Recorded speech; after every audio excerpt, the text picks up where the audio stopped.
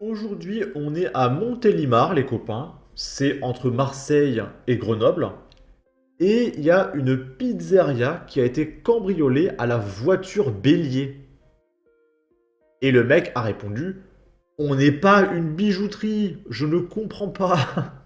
Le mec, il veut exploser un magasin pour tout cambrioler. Et il choisit une pizzeria. Si tu veux, déjà, le niveau d'intelligence du mec est astronomique. On va regarder la vidéo, il n'y a pas de son. C'est une vidéo de caméra surveillance. Vous allez voir, c'est fantastique. Donc regardez, la porte qu'il y a ici, c'est par là que va rentrer le mec.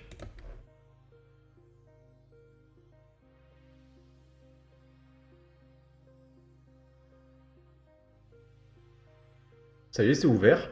Hop. Je suis tellement l'intelligence, j'ai cambriolé une pizzeria. Je vais récupérer 1 million de dollars.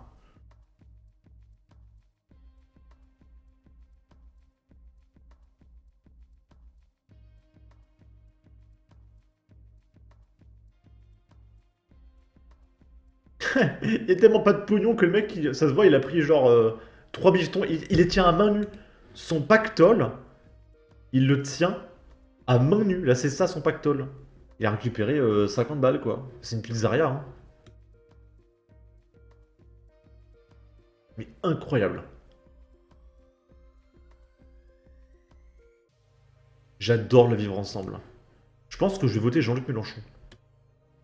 Ici, il y a une rixe à l'arme blanche à la fête foraine de Mâcon. 2 jeunes blessés en état critique. Il y a beaucoup de rixes en fête foraine. Ce vendredi soir, après 21h30, une rixe a éclaté devant le site de la fête foraine de Mâcon. 2 jeunes âgés de 14 et 20 ans ont été blessés au couteau. En état critique, ils ont été transportés au centre hospitalier de Mâcon dans la soirée.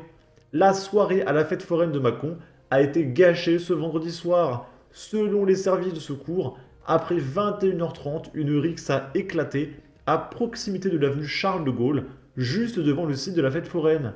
Au sol ce samedi matin, le sol est encore marqué par le sang, selon notre équipe présente sur place. Origine des musulmans. Le terme de rixe est un synonyme de bataille communautaire. Bonne ambiance. Ici, on est à les pavillons sous bois dans le 9-3. Elle refuse les avances de 3 hommes. Et du coup, tout naturellement, ils ouvrent le feu. Parce que d'où une mécréante, une femelle, ose répondre. On est quand même en 2024. C'est la charia, les copains. Un peu de respect. Les conséquences auraient pu être dramatiques et par chance, il n'y a pas eu de blessés. Vendredi soir, vers 21h30 au pavillon sous bois, Seine-Saint-Denis, 2 jeunes filles ont été accostées par 3 hommes. Après avoir refusé les avances de ces individus, les 2 jeunes femmes ont tenté de monter à bord du tramway qui arrivait en gare. L'un des 3 hommes a alors sorti une arme et en a fait usage par 2 fois, a appris la rédaction de LCI TF1 de sources policières. 2 impacts de balles dans une vitre du tramway. L'une des vitres du tramway a été atteinte par 2 tirs, sans faire de blessés. L'auteur des coups de feu et ses complices ont pris la fuite. Les victimes, quant à elles, ont déposé plainte. Une enquête a été ouverte par le parquet de Bobigny. Ce samedi matin, les 3 individus étaient toujours recherchés. La vraie question est qui est derrière tout ça? 500 000 arrivées par an. Tiers-mondisez la France et vous obtiendrez le tiers-monde. Il faut en accueillir encore plus selon les féministes. Elles ont échappé à une grenade, ça passe. Ici, on est à Annecy, souvenez-vous, c'est la ville où il y a un mec qui avait mis des coups de couteau à des bébés dans des poussettes. Et bien aujourd'hui, il y a un ado de 14 ans qui a été passé à tabac et laissé pour mort dans un parking souterrain. On va regarder tout ça. La violente agression s'est produite le mercredi 15 mai dernier dans le parking souterrain du Vallon à Cran-Guévrier.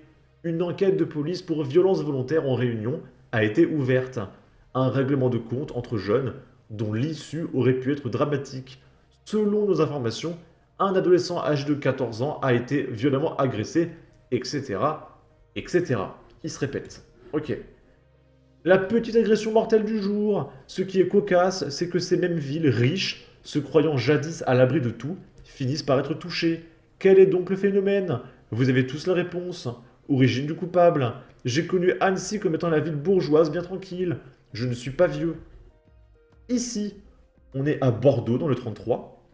Deux individus de la mouvance islamiste, déjà condamnés pour apologie du terrorisme et qui ont été relâchés, d'accord, interpellés alors qu'ils tentaient de se rendre dans une zone qui leur était interdite. Il va falloir m'expliquer à un moment donné pourquoi on relâche des mecs condamnés pour apologie du terrorisme. Ce jeudi 23 mai, en Gironde, deux individus sous étroite surveillance des forces de l'ordre ont été interpellés alors qu'ils tentaient de se rendre dans une zone interdite en raison de la MICAS, entre parenthèses, mesures individuelles de contrôle administratif et de surveillance, prises à leur encontre. Le premier individu, âgé de 33 ans, a été condamné en janvier dernier pour apologie publique du terrorisme. Le second, âgé de 23 ans, était connu des services de renseignement pour des propos pro-djihadistes répétés sur la voie publique. Et les mecs sont dehors. Hein. C'est bon, mais relâchez-les. Qu'est-ce qui pourrait mal se passer, les copains? Il avait par ailleurs été condamné à une peine d'emprisonnement ferme il y a 1 an. Il a pris 1 an ferme, ok. Ça va, c'est pas très condamné le djihadisme, hein, ça va. Grâce au dispositif de surveillance renforcée qui avait été mis en place, ces derniers ont été rapidement interpellés et placés en garde à vue afin d'être présentés à la justice. Sur instruction de Gérald Darmanin et à l'approche des JO et paralympiques, les préfets ont eu pour consigne de renforcer de manière significative les mesures d'entrave administrative des personnes suivies par les services de renseignement.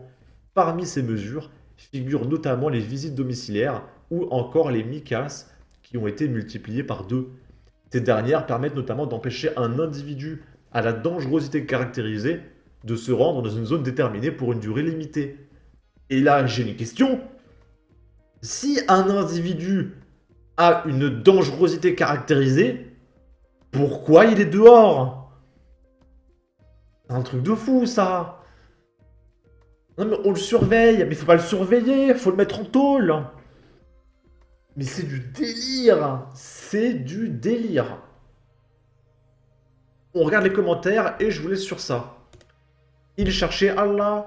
La zone qui devait leur être interdite, c'est l'Europe. Dans un pays non gangréné par le socialo-communisme, la zone qui devrait leur être interdite, c'est l'ensemble du territoire national. Mais en République française, ce genre d'énergumène se balade en liberté. Et ce soir, ils seront dehors, grâce aux magistrats idéologiquement corrompus et aux avocats anti-France. Expulsion. Ces ballots, ils n'y ont pas pensé. Mais la DGS, il les surveille, ouf. En tout cas, n'hésitez pas à donner votre avis, votre opinion, à partager, liker, commenter. Ça aidera au référencement de la vidéo sur YouTube. Abonnez-vous, suivez-moi sur Twitter. Et à la prochaine pour de futures vidéos. Ciao!